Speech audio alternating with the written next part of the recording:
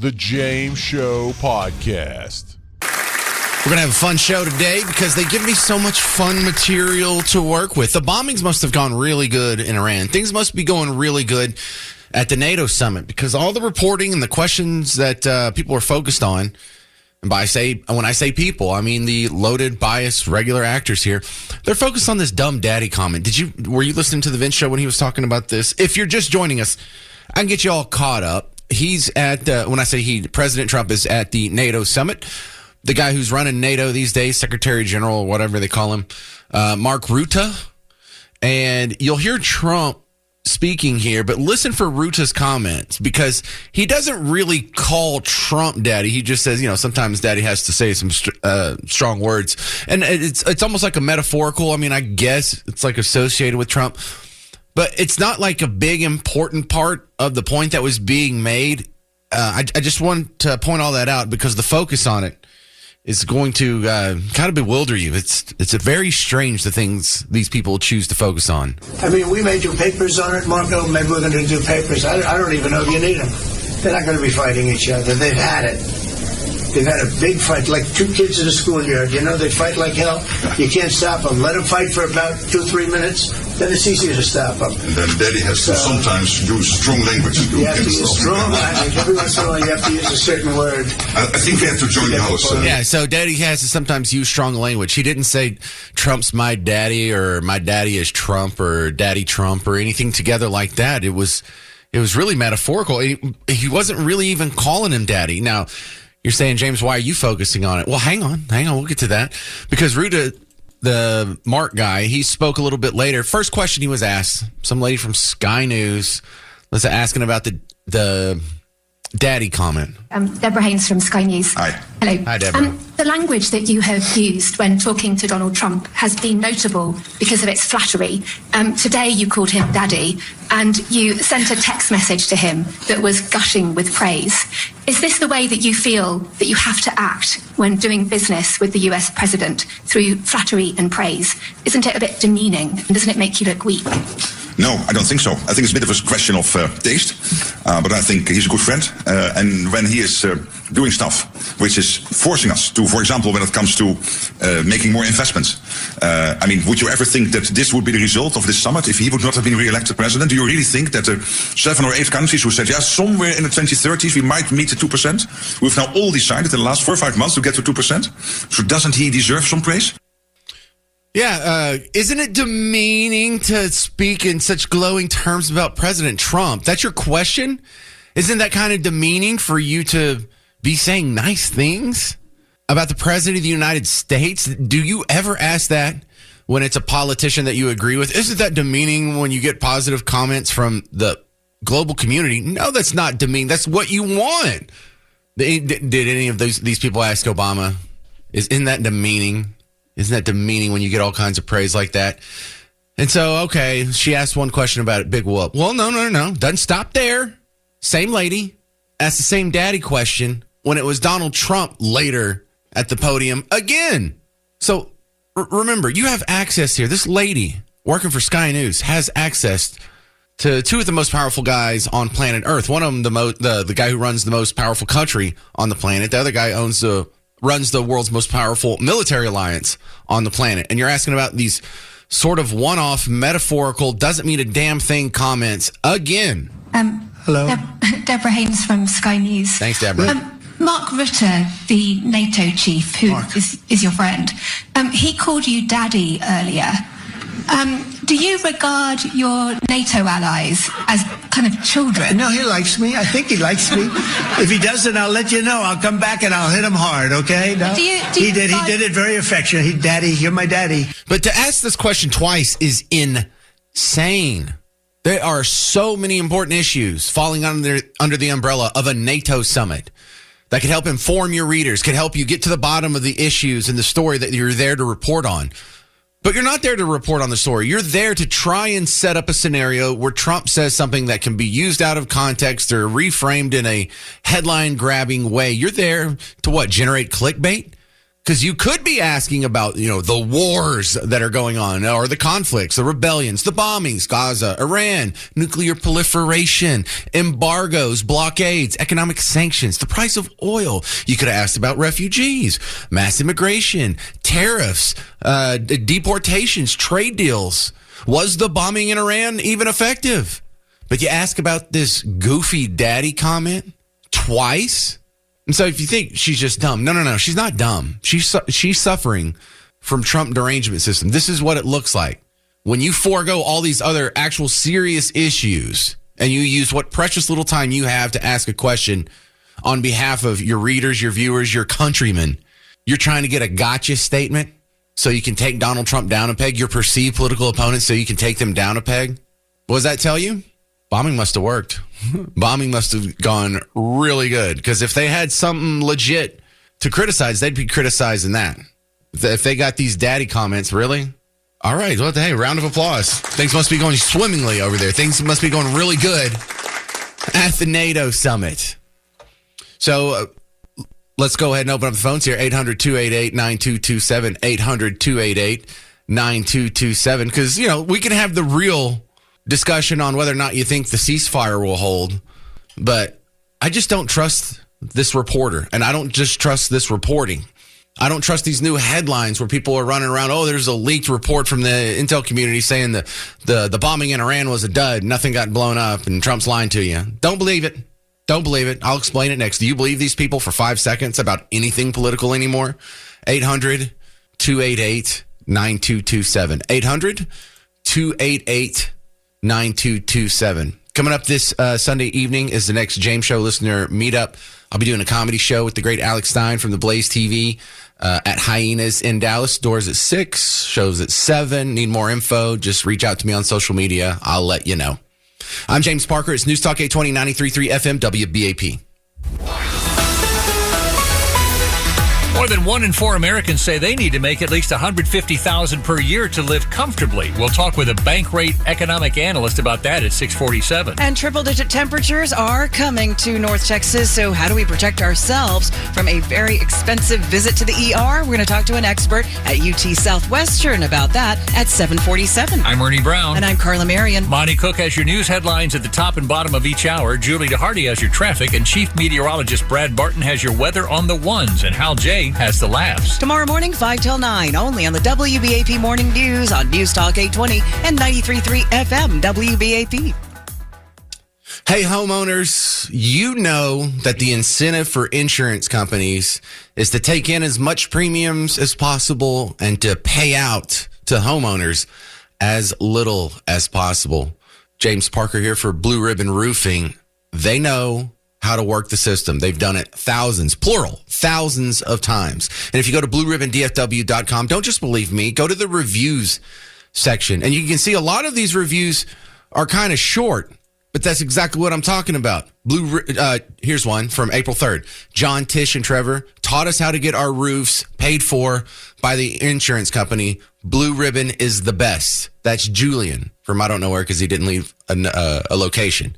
But that's what you're worried about. That's the only thing keeping you from taking proper care of your house is you're worried about how much it's going to cost.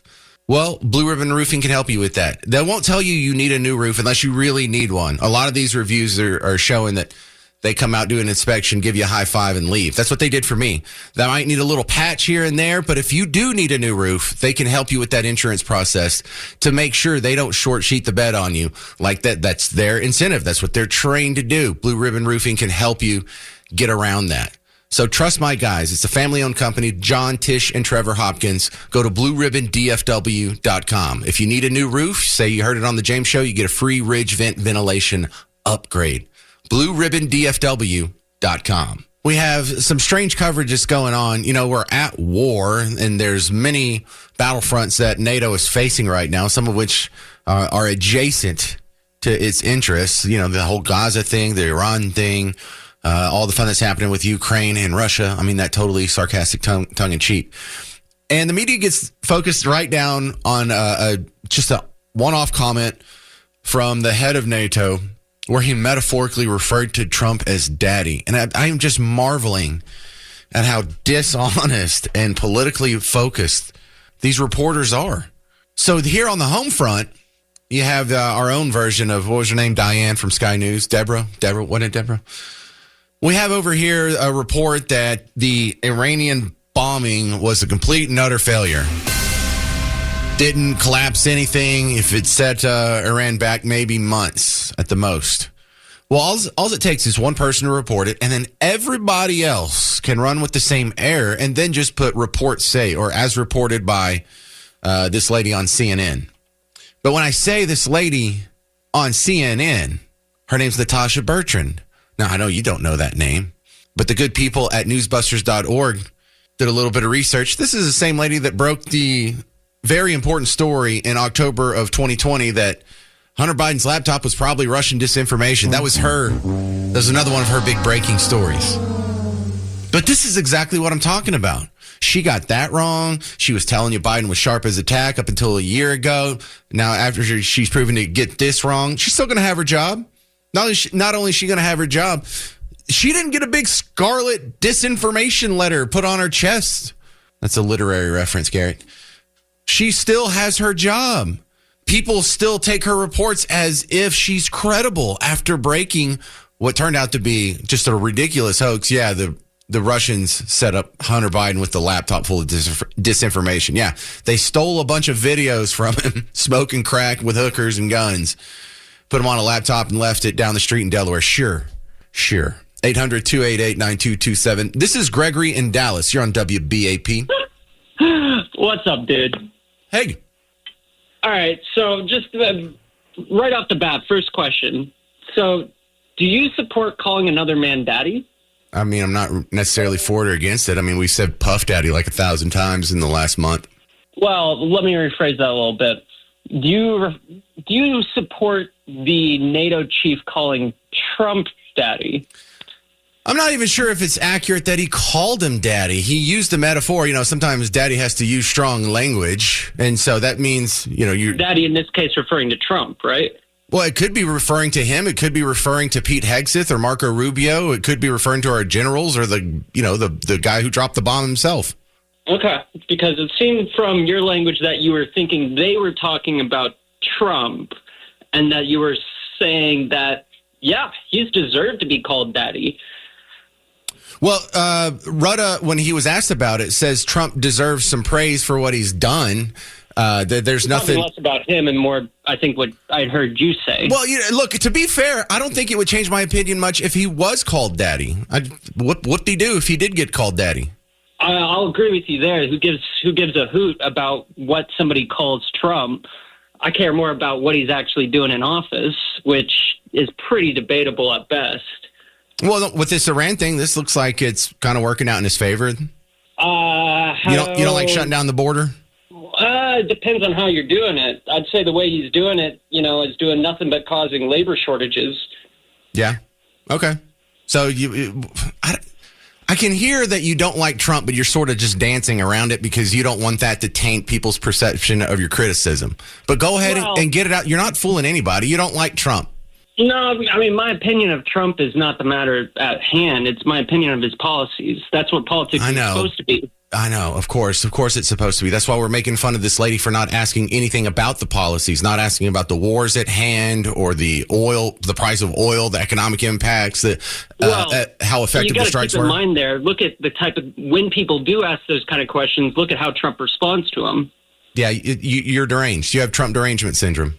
I mean, sure, let's roll a clip of him answering a policy question with absolutely no problems, no tangents, no sequiturs about Hunter's Biden laptop or anything like that.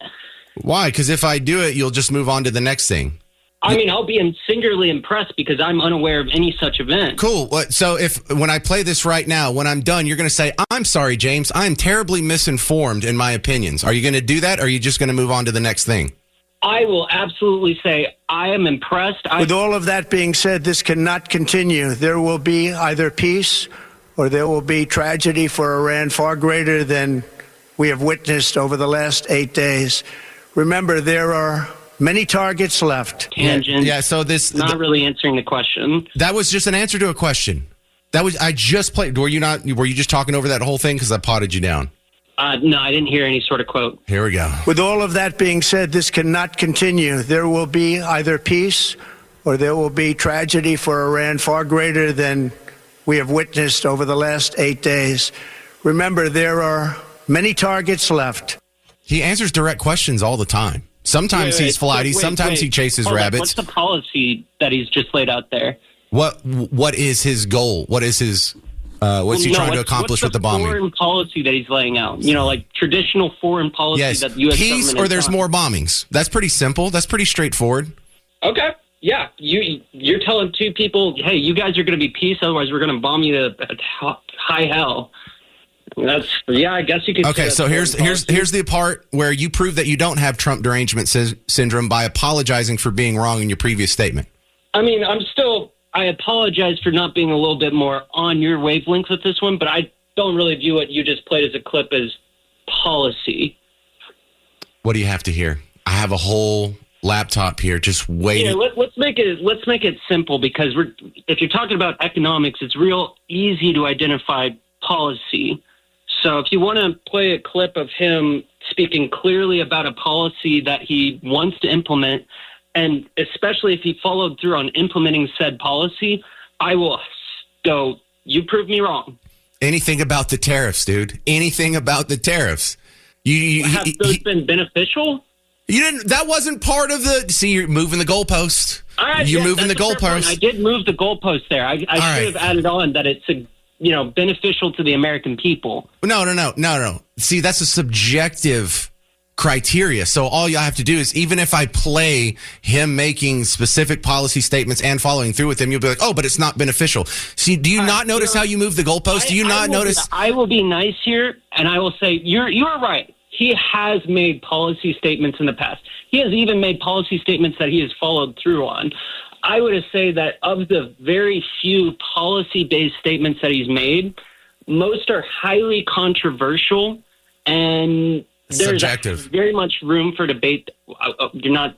Okay, yes, sure, it's subjective that it's controversial. You think it's controversial. I don't think it's controversial. Garrett does it. Most of the people listening don't. You are deranged. You don't like this guy, and it clouds your judgment on everything he does, and I hope you wake up from it. You don't think a flat 10% tariff on everything, everywhere, from anyone is kind of controversial?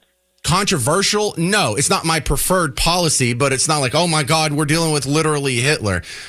I hear like a little bit of hope coming out of you, Gregory. Keep being open-minded and listening to the show. You're going to find out we're not really supporting Hitler. We're not really Nazis. We're not really racist, sexist, bigot, homophobe. A lot of us just want a smaller government. That's all. Maybe a closed border, maybe our gun rights, maybe fewer wars. Young men, let me give you some advice, especially if you've never been married, if you would like to have a long-term, stable, happy relationship with a female of the species. There's a couple of rules that guys my age and older have all agreed on and probably found out the hard way. Number one, those pants never, ever make her butt look big. It doesn't matter what the truth is. You always lie about that. Or if they look great, tell the truth. But the result is always, no, you look great in that. Whatever the outfit is, whatever the dress, whatever the jeans, you never, ever say she looks anything less than great. Another tip, guys, figured this out the hard way. When you ask a woman where she wants to eat, she knows, but she's not going to answer you because she wants you to guess. Why? I don't know. So it looks like it's your idea. I don't know. But she knows. You're just supposed to guess. Don't get mad. Number 3, don't ever tell her she's acting like her mom. You might die. And number 4, once she is upset, if she's ever in that situation, you never, ever, ever tell her to calm down. With that, we go to today's episode of What Did Jasmine Crockett Say This Time? Jasmine Crockett, queen of the liberal tea. Peach blonde, bad built butch body, Governor Hot Wheels, and he is a hot ass mess, honey. Queen of the liberal tea. All right, thank you very much. Welcome to today's episode of What Did Jasmine Crockett Say This Time? I've got a couple cuts here. I'm going to do the more calm one first, and then we're going to do the calm down one. You want to just do that? All right. Number 1, Jasmine, still a little miffed that she's not been briefed on military strikes. But I wanted to jump on because obviously it's been bombs, missiles, all kinds of stuff. And to be clear, I've still not gotten any type of briefing. So just so y'all know, nobody's tried to call us in for a top secret briefing at all as whole sitting members of Congress, but whatever. So I wanted to make sure that y'all knew that. So unfortunately, my information is not any more advanced than the information that you're getting, whether you're watching TV or if you're on social media. Hey, should we bomb Iran's nuclear sites? I don't know. Why don't you ask the congressional representative from Dallas who has no military experience whatsoever? Okay. Here's the fun one, though. You don't even have to worry about the content or what she's talking about here. Things get kind of heated, and there's a bunch of people that are talking all over each other, and then the chair of the committee or whatever hearing that they're in, when things are starting to calm down, actually tells Jasmine Crockett to calm down. And, ooh, boys, that's a rookie mistake. I'm going to do this. Look, you guys earlier literally just... You just voted to do it. Y'all did it first, so you don't want to talk about voted to do it. Order. I'm trying to get clarification. Look at calm down. Calm down. No, because this is what y'all do. So I'm trying to get Miss clarification. Crockett, you're not recognized. Miss Crockett. I can't hear you with your yelling. You don't want calm me to down. No, can you please calm down? Don't tell me to calm down. Calm down. Because y'all talk noise, and then You're can't out of take control. Because if I Look, come, Chairman, if I can come we and send talk take a about break her, for 5 y'all minutes? gonna have a problem. Mr. Chairman. Chair. I don't know why you're Order. acting Chair like now. that. And our young kings out there, let this be a lesson, not a political lesson. This is a lesson that you need to take with you for the rest of your life. If your woman, if your wife, if your girlfriend, I don't know, probably works on your mom and sister too. If the lady in the room next to you or with you is upset, telling her to calm down will probably result in the battle scene from Braveheart. This is what the next few minutes of your life are going to be. If you haven't ruined the rest of the night altogether. Once you say this, you're just done for the rest of the day. If you're on a date, it's over. It's over. There's no coming up for a drink after that. Or there's no once you get home and the kids get to bed. No, there's none of that. Just learn your gentlemen. Learn the easy way. Don't learn the hard way. Never tell an upset woman to calm down. And knowing is half the battle. Jasmine Crockett, queen of the liberal tea. Bleach blonde, bad built butch body, Governor Hot Wheels, and he is a hot ass mess, honey. Queen of the liberal tea. My next guest is John Burke, Shell Shock CBD, one of the guys who is the hottest about this situation surrounding legal THC in Texas, primarily because John Burke's focus has been on providing PTSD and other stress relievers to veterans. And John Burke, how do you feel about the governor vetoing the ban at the last minute on Sunday? I'm not going to complain one bit. It took him long enough, but at the same time, this was something that so many of us fought so hard to achieve. A lot of people came together from various different backgrounds, from civilians to veterans to we had one mom that testified that her child's livelihood depended upon this. So this was good. This was wonderful to see. And now, the fight's not over. We have a special session that's been convened for July 21st to the 27th. And now, in Abbott's, the thing I like about how Abbott vetoed it, when he put out his call, it basically described regulation, and the regulations that many of us have read, actually we agree with. These are good regulations to keep out the bad faith actors, which is supposedly the reason why Dan Patrick wanted to see a full-on hemp ban to begin with. So ultimately, though, this was a victory. It was a good thing to say, but the fight's not over. Well, as it stands now, barring something changes in the special session, is there anything that changes in that industry? Because I saw that there was like a provision where disposable vapes were outlawed, but I don't know what the status of these are. I don't know off the top of my head regarding that one, because if you're getting your information from Dan Patrick, he's going into just straight up rage tweeting right now. This guy is trying to say that the sky is falling. We're trying to figure this guy out. John, I think we had speculated in a previous guest appearance on this show on what could be his motive, because no one's really calling for this. There's not a groundswell of grassroots support trying to ban THC gummies. And so we were speculating that maybe it's the legal lobby, like legal alcohol. But I was also thinking the medical marijuana lobby probably prefers you get funneled through their medical system rather than just going to a shop and getting some gummies or going to people like yourself.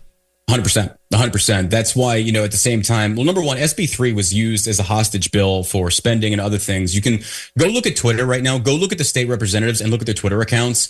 They are so scared of the backlash from SB3. They're coming out now and saying, hey, we had to vote in favor of it because Abbott was holding, or excuse me, Dan Patrick was holding hostage. It talked about the voucher. All kinds of stuff is coming out about this guy now. So it was different angles this was attacked from. You're right. Nobody called for this. This has been legal since 2019. We have not seen a spike in violent crime. Nobody's going out there and popping gummies and doing that. So when you look at the reasoning behind it, there's been 0 deaths from THC overdose. Abbott says that, or excuse me, Dan Patrick says it's because of the kids dying. There have been no kids that have died.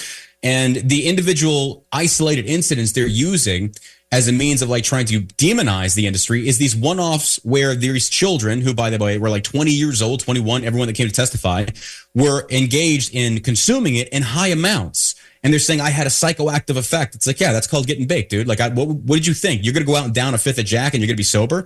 So they're using people's ignorance towards these products as a cudgel to try and come against us with it. So this is, like I said, this is the regulation he's calling for. It comes from where you're getting your information from, because Patrick is saying he wants to ban the vapes, he wants to ban the drinks, he wants to ban all this stuff. In Abbott's response, it's saying, no, we need to regulate. And that's basically what the governor's calling for, which, again, many of us were surprised by this, and we were happy to see it. Very happy to see this.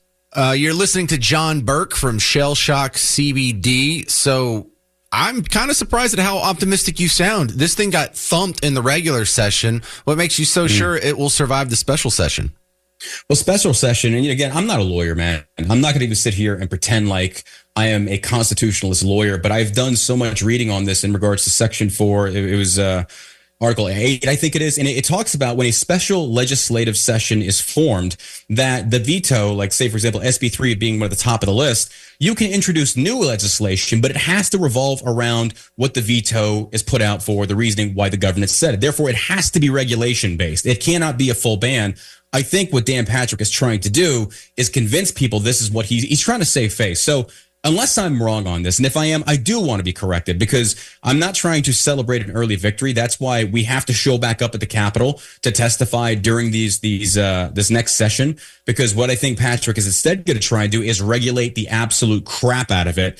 And I think that's the only alternative he's got left. So if he tries to do another full-on ban, Abbott's just going to veto it again.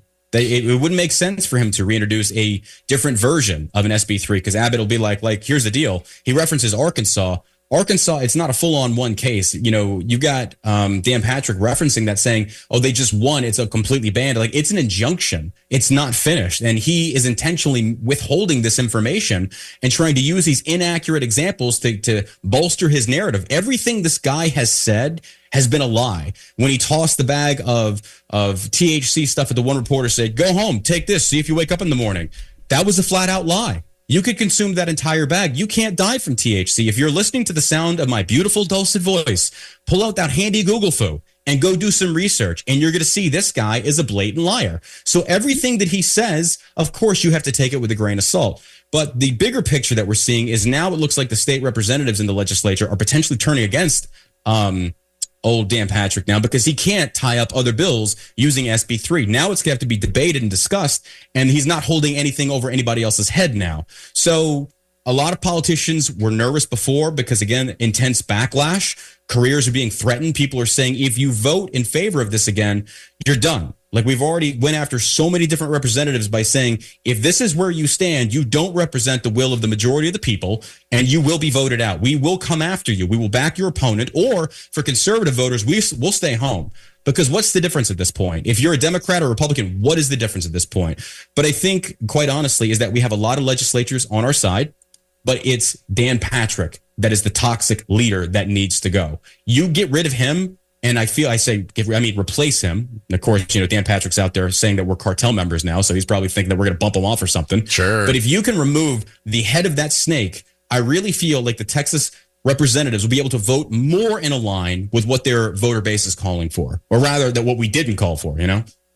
Yeah, we were calling for school choice and property cuts. Instead, they went after weed gummies. So, all right. Well, John Burke, I'm pleasantly surprised at how optimistic you are, because I know through Shell Shock you provide a lot of veterans suffering from PSD with some therapeutic stuff that might be banned soon. So, good luck, Godspeed to you, and thanks for being on the James Show. Absolutely. Appreciate it, man. Thank you for having me. Real quick, where do they find you online? Shellshockcbd.com. Use code Boomer Dan and get 25% off. Boomer Dan? Who's Boomer Dan? Now I want to know. Boomer Dan. Dan Patrick. Oh, Dan, that's a Dan Patrick joke. I'm a little slow today. Thank you very much. Maybe I need some THC therapy or something. All right. Do you think this will survive the special session? Do you want it to survive the special session? 800-288-9227. 800-288-9227. I think there's a lot of soccer moms out there who have found gummies to be pretty helpful with anxiety out there. Just a little pattern that I've noticed, anecdotally speaking, in my own life. 800-288-9227. We'll talk about this next, the THC ban in the special session on The James Show. News Talk 820, 93.3 FM, WBAP. The James Show Podcast.